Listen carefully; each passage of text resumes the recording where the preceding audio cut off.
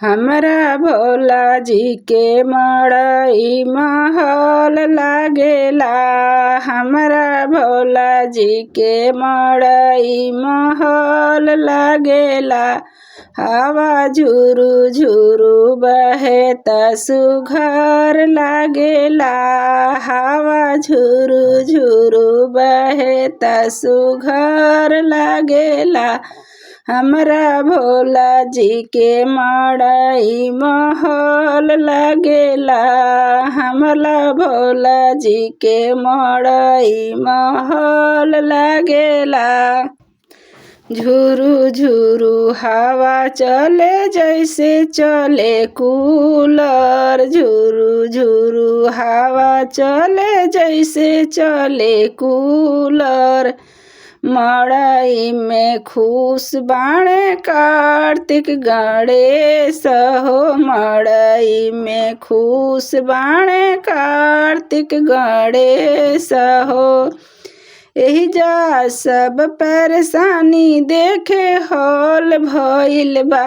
एहिजा सब परेशानी देखी हॉल भइल बा। हमरा भोला जी के मड़ई महल भइल बा। हमरा भोला जी के मड़ई महल लागेला। हवा झुरु झुरु बहे त सुघर लागेला। हवा झुरु झुरु बहे त सुघर लागेला। चढ़ते चैतवा भोला जरे जैसे आगी। चढ़ते चैतवा भोला जरे जैसे आगी। मन करे कहवा जैती घरवा से भागी। मन करे कहवा जैती घरवा से भागी। अब त महल में रहल मुश्किल भइल बा। अब त महल में रहल मुश्किल भइल बा। हमरा भोला जी के मड़ई महल लागेला। हमरा भोला जी के मड़ई महल लागेला।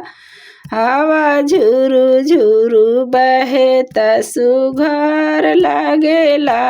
हवा झुरु झुरु बहे त सुघर लागेला।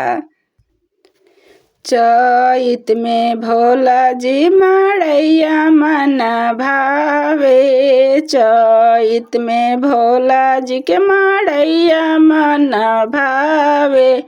पक्का के मकान हमरा मन ही न भावे। पक्का के मकान हमरा मन ही न भावे। रौरे चरण में रहल हमरा धान भइल बा। रौरे चरण में रहल हमरा धान भइल बा। हमरा भोला जी के मड़ई महल लागेला। हमरा भोला जी के मड़ई महल लागेला। हवा झुरु झुरु बहे त सुघर लागेला। हवा झुरु झुरु बहे त सुघर लागेला। पहिला में दाया मंगिहा दूसरा में चरचा। पहिला में दाया मंगिहा दूसरा में चरचा। चरचा में एगो भइल नइखे कौनो खर्चा। चरचा में एगो नइखे भइल कौनो खर्चा। चर्चा कर संकट सब दूर भइल बा। चर्चा के सब संकट दूर भइल बा।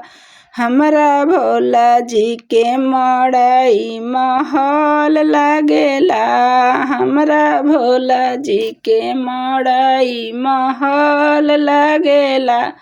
हवा झुरु झुरु बहे त सुघर लागेला। हवा झुरु झुरु बहे त सुघर लागेला।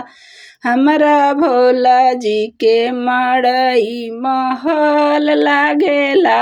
हमरा भोला जी के मड़ई महल लागेला।